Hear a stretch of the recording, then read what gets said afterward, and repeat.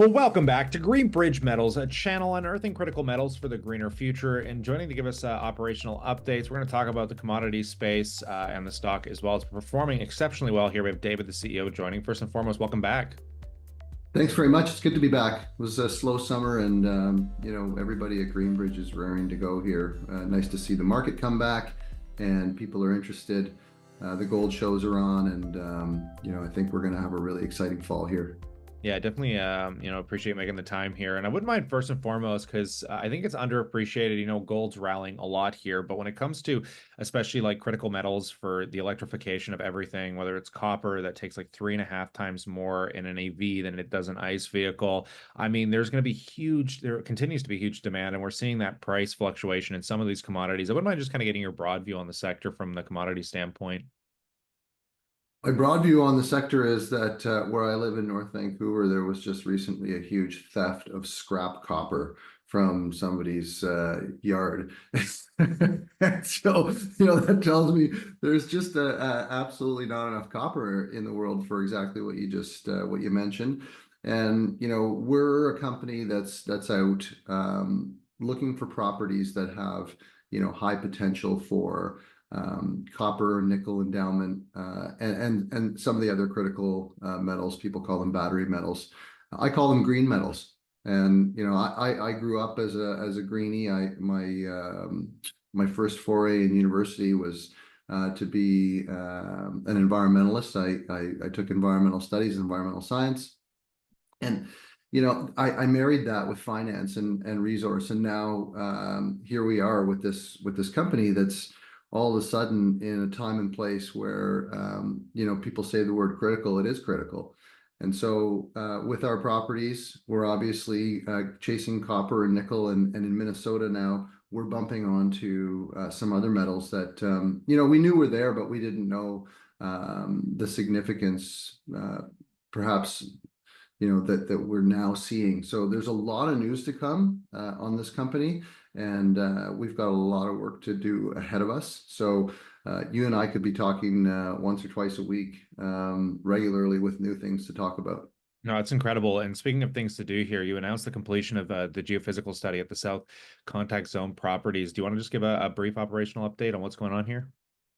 Yeah, so there's lots going on in both locations. We announced that we had completed an airborne up in Thunder Bay. I'll start with Ontario at the Chrome Putty property, where we're working to expand upon a historical nickel deposit there. And we also did some channel sampling. So that news is yet to come out. We're highly encouraged, obviously, by what we saw there. That property is as good as we had hoped it would be, and then we'll move on to drilling that based on the work that we completed there last fall and this summer. And then as it relates to Minnesota, you're right. We've been going to site, and what we're finding with these properties in the South Contact Zone is that the work that was done previously has, for us, some extremely exciting information. And what we're also seeing is information that we didn't quite expect to see. So we decided to run a desktop study on geophysics, and the targets that have come out of that are incredible. There's I can't use the term, but our geologist, said these targets just hang out unbelievably. So we're very excited, and we're coming out with all that. We've got regular news flow almost weekly. So we're going to continue to build those targets too. This is a company that has really, really deep capacity on the technical side. So we don't just go out and say we have a target and drill it and hope for the best. We're doing all the right work. We're going to, in fact, fly another airborne there with more modern technology. And then we've got some really exciting news to come here shortly in the next few days that will sort of carry on this train of thought about you know, the South Contact Zone having potential that we ultimately didn't expect. So, you know, copper, nickel, titanium, vanadium, this is an incredibly well mineralized region, and the properties themselves have historical values that we can go and chase. And I think, as you said, in this environment, to have this type of asset to work as an as an early exploration company, I wouldn't say, you know, seeing what we're seeing that we're early.